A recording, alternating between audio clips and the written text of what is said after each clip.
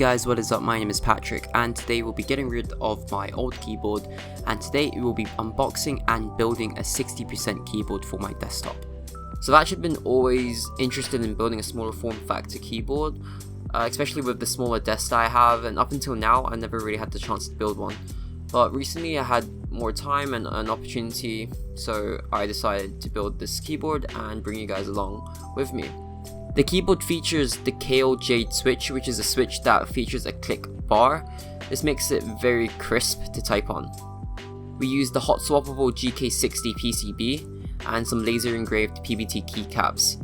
All of these parts are linked in the description down below, and it cost me about 800 Hong Kong dollars. Actually, it should be just under that, which is around 100 US dollars. Opening the box, we have everything nicely packaged. The kit itself and the keycaps were already organized, which is great to see. A bag of switches, 65 in total, keycap and key switch removers, and a USB-C cable. So before I started building, I made sure that the PCB was fully functional and the lights were working. It would be a tremendous waste of time if you plugged everything in to realize that some of the LEDs were burnt out. So this is a great opportunity to see the PCB light up and making sure that there is power being delivered to the board. If everything checks out, then make sure you orientate the key correctly before inserting it into the PCB. If not, then you might end up with some bent pins. If that's the case, then you can just use some needle nose pliers, straighten out the pins and continue with the project. After going through the key tester, I found a couple of switches, 3 in total, that were faulty, caused by incorrect installation. Simply remove it with the included tools, and you can straighten out the pin, but I simply just used the new switch because I had extras. Another solution would be to use the inbuilt program on the keyboard, but this is a little bit more advanced. You can basically tell which key works by the LED that is activated from the key. If the key is pressed and the light doesn't turn on, then you know that you have an issue with the key. So I actually wasn't too familiar with the layout of these 60% keyboards, so on the bottom row I installed it incorrectly. Referencing the manual, you can actually reinstall it like this, and this is what it should look like. So looking at this build, I like it. I've actually been using it for a couple months now, and it's my favorite keyboard hands down. It's easy for anyone to build. You can actually just pick out any keycaps or color schemes that you want and build it. I really wanted my keyboard to match my whole setup, which is a blue, white and a bit of red, which is exactly what my desktop color scheme is like, and I think this keycap set complements my desktop perfectly. And of course, a typing test. This is with the Kailh Jade box switches.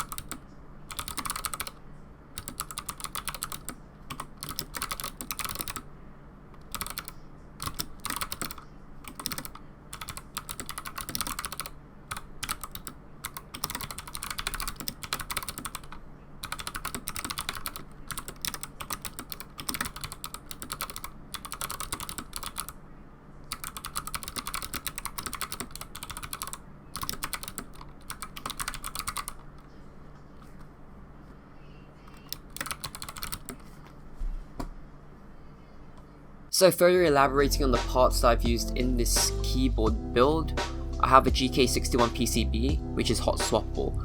The key point of this PCB is the hot swappable parts. I didn't want to go about soldering and doing all that stuff because this is my first time building it. I don't really want to be messing around with solder and desoldering stuff. That's just too much effort. If you guys are just trying to build a keyboard for the first time, this is a great option. And it's fairly affordable as well.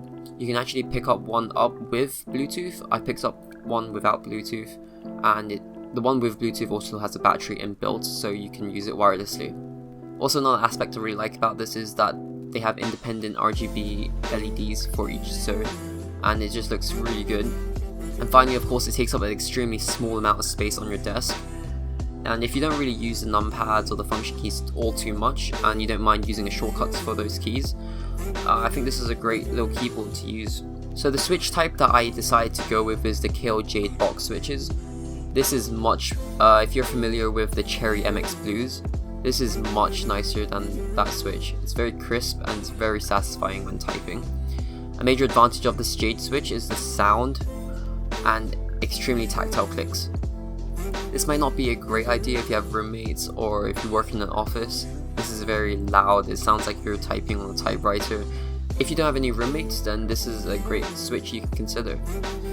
So, moving on to the PVT laser engraved keycaps.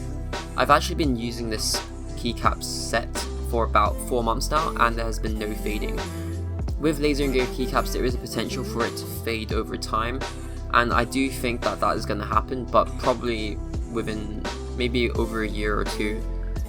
And I just think the price overall for laser engraved keycaps is a lot more affordable, which is why I went for this. So, wrapping this video up, this is my first time building a keyboard, technically, kind of assembling it. I'm not doing any soldering stuff. One of my mates actually built a keyboard by doing a lot of soldering. He has an engineering degree. I'm not really into that. It's going to be too much work for me, and I really don't want to mess up my first keyboard. Here's some of the images of his keyboard. You can have a look. It's much more advanced and obviously a much more pricier build, but that's something that you could potentially do if you have a bit more skill. So after using it for a couple months, I would have to say that this is an excellent keyboard, especially for starting out. I think one thing that I overlooked was the importance of arrow keys. I've actually used them a lot more often than I expected, and although there is a shortcut for the arrow keys, holding down the function 2 key and using the some other keys for the shortcuts is a mild inconvenience, and having dedicated keys would make this keyboard perfect, but that would cost a little bit more, and I wasn't prepared to pay for that initially. So if you guys like this video, then go ahead and hit that like button, subscribe if you want to see more content like this. I'll be updating my whole desk setup soon, and we'll be getting a lot more things to review hopefully. So I hope you guys enjoyed this video, and I'll see you guys next time.